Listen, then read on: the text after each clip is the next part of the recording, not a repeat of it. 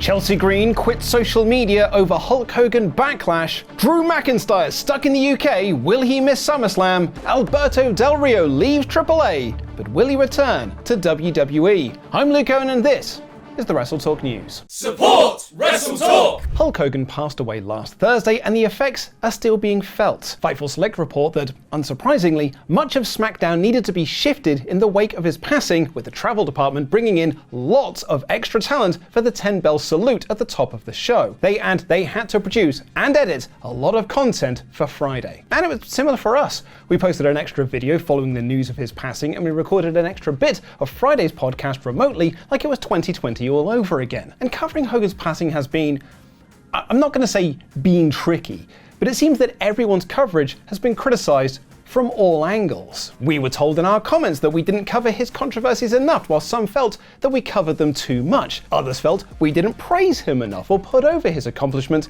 and some felt that we praised him too much. Perhaps that is the legacy of Hulk Hogan. And I do want to thank each and every one of you who left a comment. Genuinely, we do read them and we do take on your feedback and suggestions. Someone commented last week that I often ask for your comments to a question, but I never actually reply to them, so I'll do better in that. After all, we make these videos for you. And in particular, I want to thank you because you're clearly better than Twitter. Also having to find the balance in talking positively about someone who's recently passed while also acknowledging their controversies, called out Chelsea Green, who appeared on CBS News 24 to talk about San Diego Comic-Con, but was asked about Hogan's passing. She opened saying that, despite their political differences, Hogan had a major impact on the industry and was a positive influence backstage at WWE shows. And it would appear that some took this very badly. Taking to Twitter, Chelsea Green apologized to those who felt she didn't hold Hogan to account for the racist comments that he made in the leaked sex tape with the wife of Bubba the Love Sponge. She posted, "A significant part of my role at WWE involves engaging with the public and responding to questions, often on live platforms. Yesterday, I was asked to comment on Hulk Hogan on live TV. Let me be clear, my stance on racism is unwavering. I do not condone it, period. If my response or tweet seemed dismissive of real concerns, I sincerely apologize. That was never my intention. I tried to acknowledge a death respectfully, even when the legacy is complicated. I am learning one day at a time and will continue to learn." She then added that she received death threats from fans for the comments she made on that news episode, and decided that she is taking a break from social media. Posting, "I've tried to keep my page positive and comedic, but today, a lot changed. And it hit harder than I expected. The name calling, the death threats, the faceless accounts, social media was supposed to be a fun place, and it hasn't been for a while. It's been overwhelming, and I need to step away for a little bit." One of Chelsea's colleagues also stepped away for a little bit over the weekend and is now stuck and could miss SummerSlam. How's that for a segue into much more light-hearted news? SummerSlam is this weekend and WWE have officially released the Night 1 and Night 2 matches. Night 2 will see John Cena defend the WWE Championship against Cody Rhodes, Dominic Mysterio face AJ Styles for the Men's Intercontinental Championship, Solo Sikoa defend the Men's United States Championship against Jacob Fatu, Lyra Valkyria take on Becky Lynch for the Women's Intercontinental Championship, and Naomi will defend her Women's World Championship against Rhea Ripley and former champ Io Sky in a triple threat. Night 1 will see CM Punk look to win the World Heavyweight Championship from Gunther. Sami Zayn take on Karrion Kross in the third of their series. The Judgment Day defend the Women's Tag Team Championships against Charlotte Flair and Alexa Bliss. Tiffany Stratton defend the WWE Women's Championship against Queen of the Ring Jade Cargill. And Roman Reigns tagging with his cousin Jey Uso to take on Bronson Reed and Bron Breakker. SmackDown also announced a 6-pack TLC match as Wyatt Six will defend their tag titles against Rey Fenix and Andrade, Fraxium, DIY, Motor City Machine Guns and Street Profits, though it's not been confirmed which night that will be on. The last match for Night 1 is Randy Orton tagging with Jelly Roll to take on Logan Paul and Drew McIntyre. However, the Scottish Psychopath, that's a deep cut WrestleTalk reference, has announced that his SummerSlam quest is in trouble as he's currently stuck in the United Kingdom. It's quite the week I've had. You want to know how it's been capped off? I can't get back in America. They wouldn't let me board my flight. Look at the scenic countryside. Does that look like an American scenic countryside? No. I'm in England still. At my buddy's wedding. What a wedding it was. Planning to go back, train for SummerSlam, but no, I got blocked.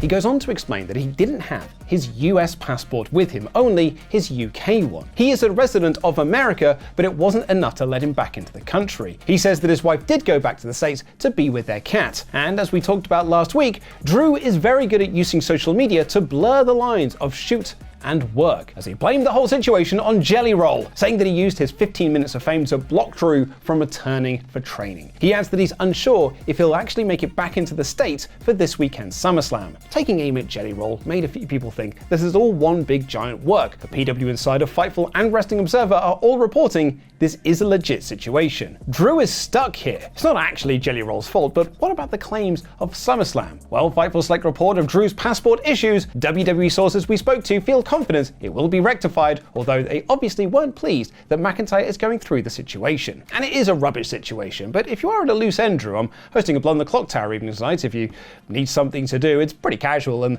the pub that I'm doing in has really good local Kent beer, so I mean, if you're watching this, check my Instagram for the details, they're on there. Speaking of events, and it would appear WWE have quietly cancelled a show over SummerSlam weekend. In the wake of WWE seemingly cancelling WWE Speed on Twitter without telling anyone, Late Night with Tony Hinchcliffe has seemingly received a similar fate. Speculation began when fans noticed that Ticketmaster were no longer selling tickets for the event, and PW Insider reported that WWE decided to pull the plug as ticket sales were light, which is a nice way of saying low. Ticketmaster then confirmed the report, emailing those who did buy tickets, telling them unfortunately the event organizer has had to cancel your event. You don't need to do a thing, we'll issue a refund. The show was set to feature Cody Rhodes, one of WWE's top stars, and was a follow-up to the Roast of WrestleMania held over WrestleMania weekend. That event was untelevised, with many reportedly thankful that it wasn't, given what was said in the leaked audio from the show. Similarly, this was also set to be untelevised. The show's host, Tony Hinchcliffe, got a lot of backlash from one of his commentary appearances on Raw where he made fun of Big E's neck injury. He's not been back on WWE TV in a speaking role since. And speaking of those who probably won't return, it was a big weekend of wrestling down in Mexico, as CMLL ran a sold-out show in Arena Mexico with 16,000 in town to see Mascara Dorada vs Neon and Mystico vs Hechicero, while AAA also had a sold-out show of 5,000 to see Macias take on Alberto El Patron,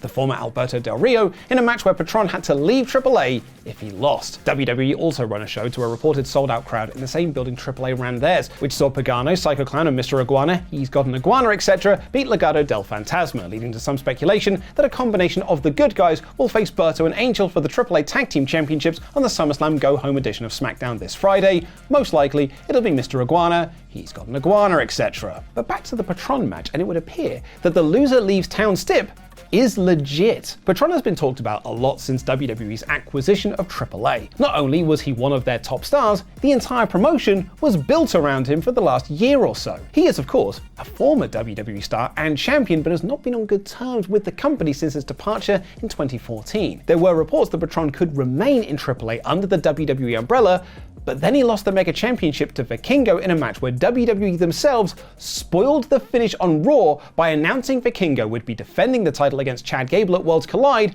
before Vikingo had even won it. Hilariously, this spoiler was geo-locked depending on your region. For example, if you were in America, you saw the spoiler, but if you were in Mexico, where the result really mattered, you didn't see it, because famously, Mexico doesn't have the internet and wouldn't find out? Shrug. The rumor was that WWE didn't want American audiences knowing that Patron was the champion at the time or even affiliated with AAA and by extension WWE. He wasn't part of Worlds Collide, and Fightful Select report Alberto Del Rio's WWE status has not changed. Reportedly, Patron was telling people in AAA that WWE wanted to bring him back for this year's Royal Rumble, but according to a higher up in WWE, as reported by Fightful Select, if we wanted Alberto at all, much less in the Royal Rumble, he'd be here. Fightful and they reiterated they'd never heard of any difference or change to his status, and said that WWE went out of their way to make sure from a promotional standpoint they'd not featured Del Rio and got the AAA Mega Championship off of him. They were aware of the potential backlash from fans in Mexico in Vikingo winning months back